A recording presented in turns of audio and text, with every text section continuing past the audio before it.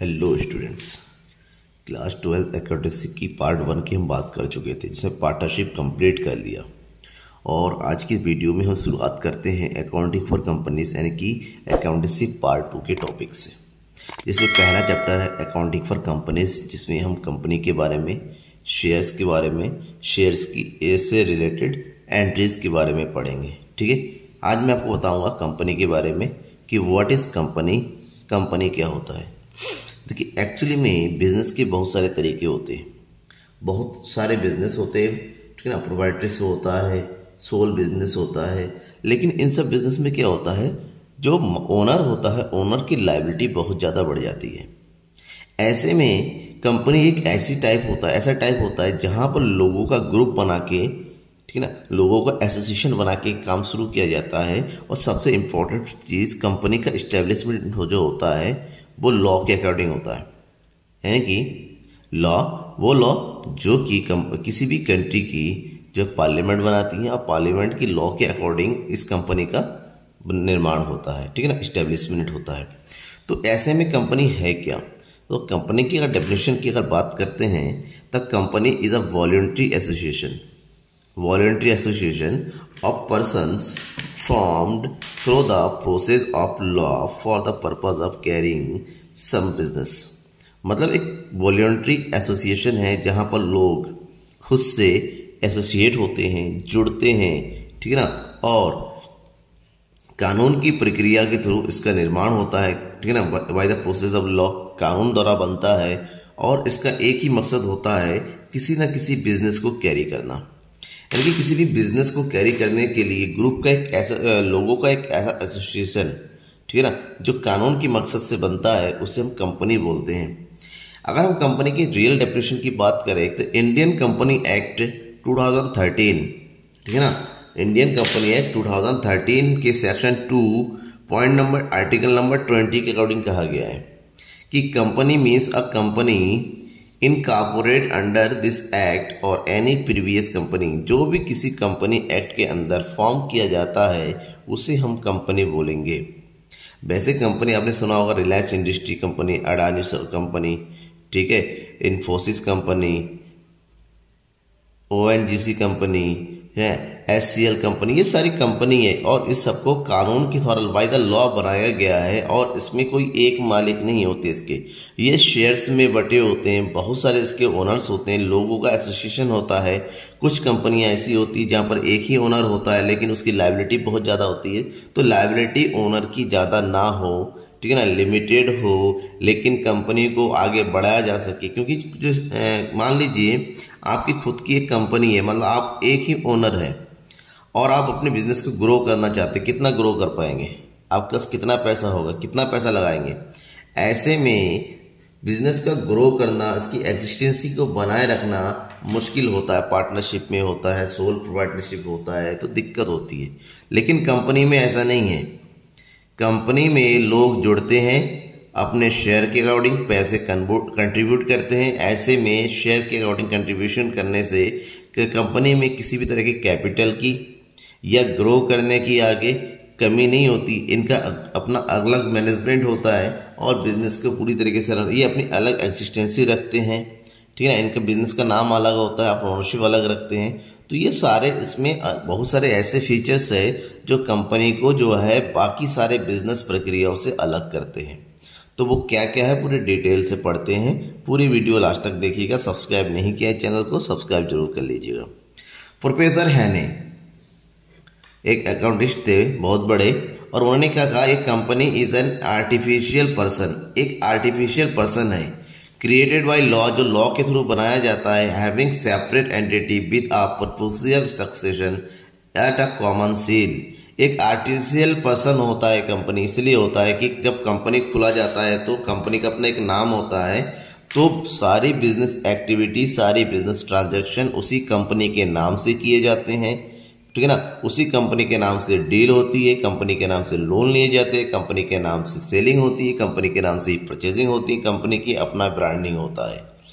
ऐसे में कंपनी का नाम अपने आप में एक आर्टिफिशियल पर्सन होता है। क्योंकि जैसे फॉर एग्जांपल हम बात करते हैं रिलायंस इंडस्ट्रीज लिमिटेड, RIL की बात करते हैं, तो जब भी हम RIL की बात करेंगे तो RIL कंपनी है, RIL ने ये किया, RIL ने इन्वेस्टमेंट किया, तो RIL अपनी कंपनी अलग है। RIL के जो मालिक है मुकेश अंबानी, क्या अकेला मालिक होगा? नहीं, इसमें बहुत सारे मालिक होगा, लेकिन ओनरशिप इसलिए नाम की क्योंकि इसके शेयर सबसे ज़्यादा हो गया, इसने बिजनेस को आगे कराया, यही इनका CEO है, ठीक है ना, यही बिजनेस को रन कराते हैं, ठीक है। तो RIL के नाम से पूरा बिजनेस चलता है, ना कि मुकेश अंबानी के नाम से, ठीक है। तो ऐसे में RIL एक आर्टिफिशियल पर्सन है जो अदर देन ओनरशिप काम करता है। तो इसके कुछ कैरेक्टरिस्टिक्स होते हैं, कुछ फीचर्स होते हैं कंपनी के। उसके कौन कौन से फीचर्स है, कौन कौन से कैरेक्टरिस्टिक्स है जो कंपनी को बाकी सारे बिजनेस मॉड्यूल से क्या करते हैं, अलग करते हैं, वो समझना। सबसे पहली बात तो ये सेपरेट लीगल एंटिटी। कंपनी का अपना एक सेपरेट लीगल एंटिटी होता है, इसका अपना वजूद होता है। A company is a legal person and its entity is quite distinct and separate from its member. Company के कितने मेंबर है उससे मतलब नहीं है, कंपनी किस तरह से रन होती है इससे मतलब है। अगर मान लीजिए कोई कंपनी आपने खोला बॉय लिमिटेड अकाउंट, तो इसमें ये फर्क नहीं पड़ता बॉय लिमिटेड का ओनर कौन है, इसके कितने मेंबर है, सारा काम बॉय लिमिटेड के नाम से ही किया जाएगा। मतलब इसकी अपनी सेपरेट इसके मेंबर का और इसके कंपनी का आपस में जो लिंक होता है वो ऑपरेशन का होता है, बाकी नहीं होता। ये नहीं कि इनके नाम से बिजनेस चले, ऐसा नहीं होता है, ठीक है ना, ये अलग अलग होते हैं।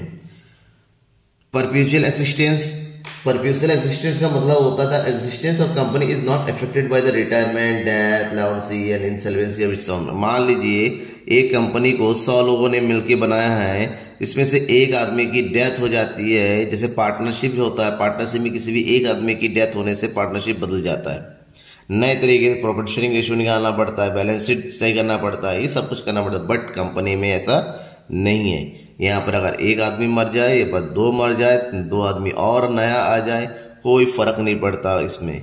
इसकी एक्सिस्टेंसी लगातार बनी रहती है, ये स्थिर रहता है। इसके किसी के आने से किसी के जाने से बिजनेस की एग्जिस्टेंसी पर कोई फर्क नहीं पड़ता है। कंपनी अपने आप में एक अलग ही अपना एग्जिस्टेंस रखता है ना, लीगल अपना अलग ही वजूद रखता है।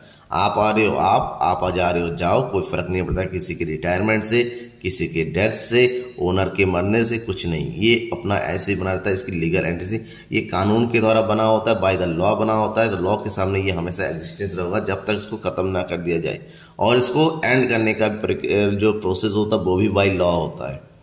लिमिटेड लायबिलिटी, इसके जो मेंबर है और मेंबर की जो लायबिलिटी है, लायबिलिटी यानी कि अगर रिस्क की बात करते हैं वो लिमिटेड होता है।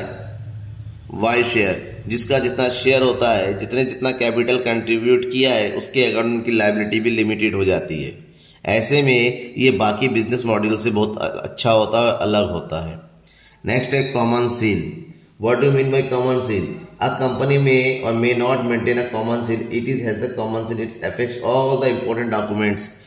जो भी डॉक्यूमेंट्स बनेंगे कंपनी के, उस सारे डॉक्यूमेंट्स के कंपनी के नेम का मॉडल वो जो सील लगना है, कंपनी का नेम से काम होना है। सारे जो है फॉर एग्जांपल जो रिलायंस इंडस्ट्री की कंपनी है, वहाँ पर जितने भी एग्रीमेंट्स होंगे, उनके जितने भी बिजनेस एग्रीमेंट साइन होंगे, वो उसमें सब में कंपनी का सील लगना होता है, कंपनी का लीगल वो, ठीक है ना, कंपनी के लीगल नेम से ही काम होना है। यूं कहें कि मुकेश अंबानी अपना नाम का वो कर देगा, स्टैंप लगाता नहीं, कंपनी का स्टैंप होगा, उसके थ्रू ही काम किया जाएगा। जो कंपनी के अकाउंट्स होंगे, ठीक है ना, बैंक में, वो कंपनी के नाम से खोले जाएंगे, और उसमें मालिक नहीं, कंपनी का जो लीगल ऑथोराइज्ड पर्सन जो होता है, चाहे वो MD हो चाहे CEO, उसके थ्रू ही ऑपरेशन होगा। और वो CEO कौन है? कंपनी का CEO कहलाया जाएगा, मुकेश अंबानी का CEO नहीं कहलाया जाएगा, ठीक है। और लास्ट है ट्रांसफरेबिलिटी ऑफ शेयर्स। कंपनी के शेयर्स एक दूसरे को ट्रांसफर किए जा सकते हैं। मान लो A के पास 100 शेयर है, वो अपना 50 शेयर B को बेच दे रहा है, B अपने 10 शेयर C को बेच दे रहा है। इस तरह से एक शेयर एक हाथों से दूसरे हाथों तक ट्रांसफर इजीली हो सकता है। Separation of management from ownership. Company का मैनेजमेंट अलग होता है, कंपनी की ओनरशिप अलग होती है, दोनों एक दूसरे के साथ मैचअप नहीं होते हैं कि ओनरशिप आ रहा है, मैनेजमेंट को अपनी तरफ से बिजनेस चला, नहीं। किसी कंपनी को चलाने के लिए उनका मैनेजमेंट पूरा का पूरा मैनेजमेंट ग्रुप होता है जो बिजनेस को रन कराते हैं। हाँ, हो सकता है ओनरशिप का मालिक खुद मैनेजमेंट में बैठा हुआ हो, वो अलग है। जब वो मैनेजमेंट बैठता है वो एज ए मैनेजर, ये as a MD, as a CEO बैठता है, एज ए ओनर नहीं बैठता है। तो मैनेजमेंट का जो प्रोसेस होता है और ओनरशिप का जो तरीका है वो दोनों अलग अलग होते हैं कंपनी में, एक दूसरे से मैचअप कभी नहीं करते हैं, राइट। ये इसकी जो है जितने फीचर्स जो मैंने बताए हैं। आगे बात करते हैं काइंड्स ऑफ कंपनी। अगर कंपनी के टाइप्स की बात करते हैं तो according to company act 2013 company को बेसिकली 3 ग्रुप में बांटा गया है। There are 3 types of company. First is unlimited company, company limited by guarantee और कंपनी लिमिटेड बाय शेयर्स, ठीक है। और जो लिमिटेड बाय शेयर्स होता है बेसिकली ये कंपनी की हम ज़्यादा देखते हैं, ज़्यादा सुनते हैं, समझते हैं, हमारे सामने होता है। ये कंपनी 3 तरह की होती है, प्राइवेट कंपनी, पब्लिक कंपनी और 1 पर्सन कंपनी। इनको थोड़ा सा डिटेल में जान लेते हैं, ठीक है। सबसे पहले हम बात कर लेते हैं अनलिमिटेड कंपनी के बारे में। अनलिमिटेड कंपनी क्या होता है?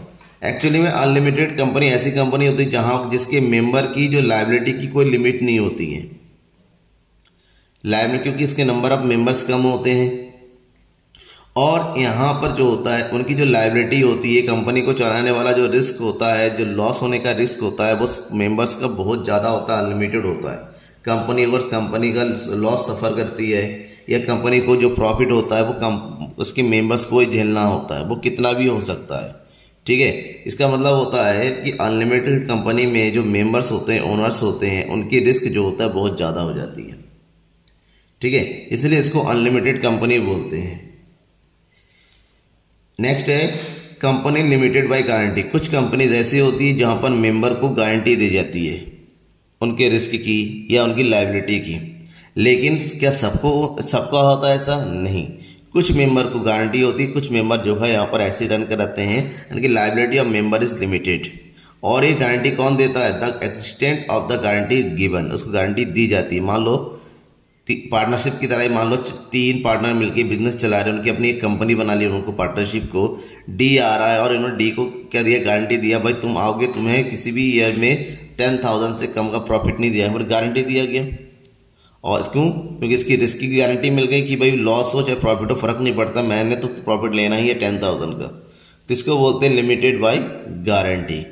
यहाँ पर जो अदर्स मेंबर्स होते हैं वो किसी और मेंबर को गारंटी प्रोवाइड कराते हैं। कहने का मतलब ये है दोनों एक तरह से अनलिमिटेड कंपनी वाला ही मामला हुआ, बस यहाँ पर कुछ मेंबर को गारंटी मिल जाती है। सबसे इंपॉर्टेंट जो सबसे एग्जिस्टेंसी वाला वो होता है, बिजनेस होता है, वो होता है कंपनी लिमिटेड बाय शेयर्स। अगर कंपनी शेयर के थ्रू लिमिटेड होता है तो ऐसे में इनकी लायबिलिटी लिमिटेड हो जाती है। जिसका जितना शेयर होता है उतने शेयर के पार्ट के अकॉर्डिंग कंपनी की लायबिलिटी को वो बियर करता है। मान लो किसी के पास 100 शेयर है और एक शेयर की अगर 100 रुपये है, इसका मतलब कंपनी वो कितने का हिस्सेदार हो गया? 10,000 रुपीज़ का हिस्सेदार हो गया। लॉस हुआ तो अपने 100 शेयर के हिसाब से जितना इसका बनता है शेयर लॉस, उतना वो बेयर करेगा। प्रॉफिट होगा जितना उसका शेयर है उसके अकॉर्डिंग उसको प्रॉफिट मिलेगा। इसका मतलब क्या हुआ? यहाँ पर जो मेंबर्स होते हैं, मेंबर्स की लायबिलिटी अकॉर्डिंग टू दैट, जिसका शेयर ज़्यादा होता है उसका रिस्क ज़्यादा, जिसका शेयर कम होता है उसका रिस्क कम, ठीक है ना। यहाँ पर अनलिमिटेड रिस्क नहीं आता है। तो ऐसे में कंपनी लिमिटेड बाय शेयर्स को 3 कैटेगरी में बांटा गया है। सबसे पहले हम बात करते हैं प्राइवेट कंपनी।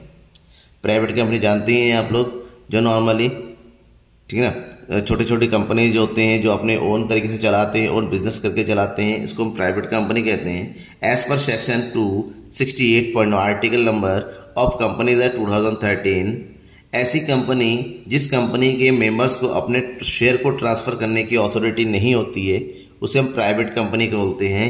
और यहाँ पर इस कंपनी में जो नंबर होते हैं, मैक्सिमम नंबर ऑफ मेंबर वो 200 ही होते हैं, ठीक है ना। 200 से ज़्यादा मेंबर नहीं हो सकते, ध्यान में रखिएगा। 200 से शुरू होके 200 तक इसके मेंबर हो सकते हैं, ठीक है, उससे ज़्यादा नहीं होते हैं। और जो मेंबर होते हैं उनकी अपना शेयर होता है, वो किसी और के हाथों में पर शेयर नहीं सेल कर सकते, ट्रांसफर नहीं कर सकते। And provides any invitation of the public, और साथ ही यहाँ पर किसी भी किसी भी पब्लिक को इनवाइट नहीं किया जाए कि हम शेयर इशू कर रहे हैं मार्केट में शेयर इशू करके कंपनी लोगों को जो है, पब्लिक को जो है पैसे ले रहे हैं, पब्लिक को उनको शेयर होल्डर बना रहे हैं, ऐसा नहीं होता है। प्राइवेट कंपनी में ऐसा बिल्कुल नहीं होता है। प्राइवेट कंपनी होती है जो प्राइवेट लोगों के ग्रुप द्वारा बनाई जाती है, जिसके शेयर किसी के हाथों ना बेचे जाते हैं, ना पब्लिक को जाते हैं, ना ट्रांसफर हो सकते हैं। ठीक है, नेक्स्ट है public company. Normally public company ऐसी कंपनी होती हैं जिसके आगे लिमिटेड लगा रहता है, और सिर्फ प्राइवेट कंपनी के आगे प्राइवेट लिमिटेड लगा रहता है। ठीक है, public company section 271 of companies act 2013 के अकॉर्डिंग कहा गया है कि ऐसी कंपनी जिसके नंबर ऑफ मेंबर मिनिमम 7 होते हैं और मैक्सिमम कितने हो सकते हैं पता नहीं, नो लिमिट ऑफ मैक्सिमम, 7 से ज़्यादा 10 भी हो सकते हैं, 100 भी हो सकते हैं, 1000 भी हो सकते हैं, 10,000 भी हो सकते हैं, अकॉर्डिंग टू देयर शेयर। जिस हिसाब से शेयर बढ़ जाता है उसके अकॉर्डिंग उसके किसी के पास 1 शेयर हो सकता है, किसी के पास 100 शेयर हो सकता है, किसी के पास 1000 हो सकता है, किसी को 10 लाख शेयर भी हो सकता है। जितनी कंपनी के शेयर जिसने जितना खरीदा होगा उसी हिसाब से कंपनी के मेंबर बन जाते रहते हैं।